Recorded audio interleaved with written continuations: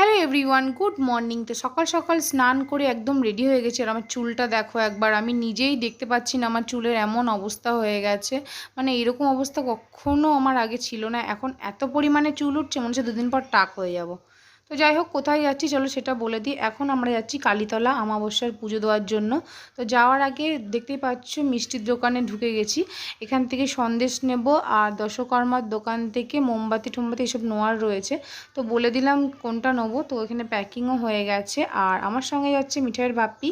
আর মিঠাই রানী নেই, মিঠাই রানী গেছে স্কুল। তো ওর বাপি বললো তুমি পুজো দিতে ঢুকে যাবে, আমি মিঠাইকে নিয়ে চলে আসবো, কারণ ওর ছুটির টাইমও হয়ে গেছে। আর মন্দিরে দেখতে পাচ্ছ আজকে মোটামুটি ভালোই ভিড় রয়েছে। অন্য অন্য দিন অতটা থাকে না, যেহেতু এটা আমাবস্যা না, আমাবস্যায় অনেকেই পুজো দেয়।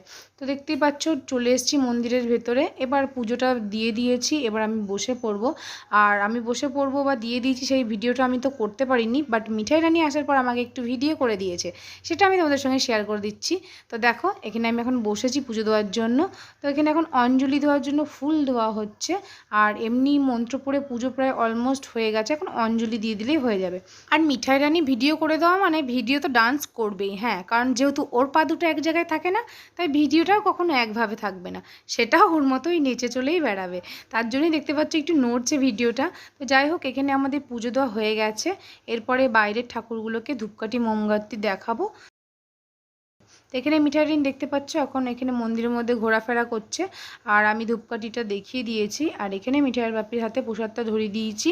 এখানে চেনা পরিচয় কিছু মানুষের সঙ্গে দেখা হয়েছিল, তাই একটু কথা বলছিল। এখন মিঠাই রানীকে বলছি বাড়ি যাওয়ার কথা, সে যাবে না, তাই বাপির সঙ্গে দেখতে পাচ্ছ রীতিমতো ছোঁয়াছুঁই খেলছে। তারপরে তাকে ধাওয়া ঠাওয়া করে রীতিমতো এখন এখানে বসিয়ে দেওয়া হয়েছে, দেখতেই পাচ্ছ। তারপর ওর বাপি বললো চল জুতোটা পরিয়ে দিই। আমি বললাম মোজা পরানোর দরকার নেই, যেহেতু এখন গাড়িতে চেপে সোজা বাড়িতে নামবে, স্কুলে বা অন্য কোথাও তো যাওয়ার বিষয় নেই। তো চলো, এখানে ও জুতো পরে নিয়েছে, এবার আমরা বেরোবো। এই দিকটা দেখতে পাচ্ছ ওই দূরে, ওগুলো সব পৌরসভা থেকে ময়লা ফেলা হয়েছে, একদম পাহাড় বানিয়ে দিয়েছে, দেখতে পাচ্ছ ময়লা ফেলে। তো এই গোটা মাঠটাই না মাঘ মাসে যেই পুজোটা হয়, মানে এই রতন্তী পুজোর কথাই বলছি, বিরাট বড় আমাদের মেলা বসে।